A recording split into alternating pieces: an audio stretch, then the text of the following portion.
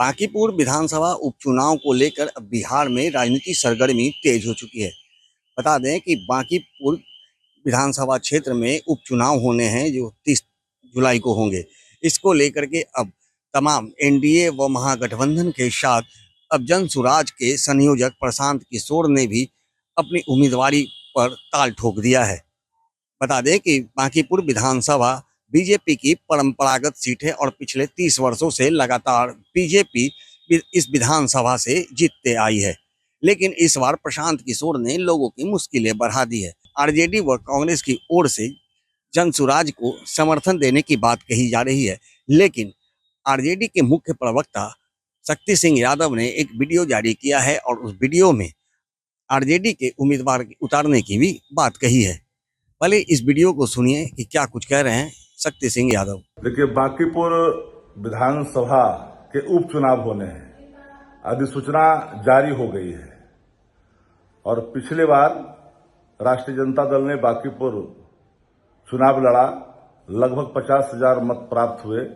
जमीनें तैयार की गई है, कार्यकर्ताओं ने लगन के साथ बांकीपुर विधानसभा में अपना योगदान दिया था।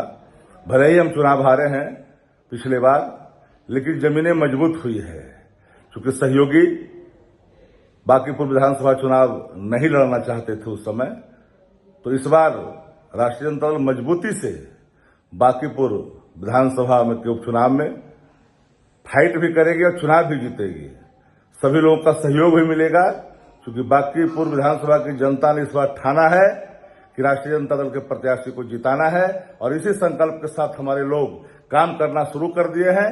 मुझे उम्मीद है कि इस बार बांकीपुर की जनता, महान जनता, राष्ट्रीय जनता दल को अपना योगदान देंगे और हमारे प्रत्याशी को विजय भी बनाएंगे। तो जैसा कि आपने सुना, शक्ति सिंह यादव ने कहा है कि पिछले विधानसभा चुनाव में भी बांकीपुर विधानसभा से आरजेडी ने अपना उम्मीदवार उतारा था और लगभग 50,000 से अधिक मत भी प्राप्त किए थे।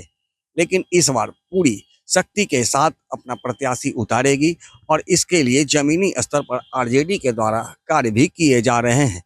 लेकिन अब देखना दिलचस्प होगा कि जिस तरह से अब प्रशांत किशोर भी अब मैदान में उतर चुके हैं और आरजेडी भी अपना उम्मीदवार उतार रही है, तो ऐसे में अब बीजेपी के लिए ये सीट जीतना कितनी बड़ी चुनौती होगी। क्योंकि लगातार नितिन नवीन इस विधानसभा से लगभग 5 बार चुनाव जीत चुके हैं, लेकिन इस बार अब उन्हें राष्ट्रीय अध्यक्ष बना दिया गया है। बीजेपी के राष्ट्रीय अध्यक्ष बनने के बाद ये सीट खाली हो चुकी थी और उस पर ही उपचुनाव होने हैं। बीजेपी की यदि बात करें तो बीजेपी की ये परंपरागत सीट मानी जाती है, लेकिन प्रशांत किशोर इस बार चुनौती देने के लिए खुद मैदान में उतर रहे हैं। तो इस बार त्रिकोणीय लड़ाई होने की उम्मीद जताई जा रही है। लेकिन अब देखना ये होगा कि आखिर इस विधानसभा चुनाव में जीत किसकी होती है। सहयोगी आनंद के साथ Gyanendra Verma, AVI nation news, Patna.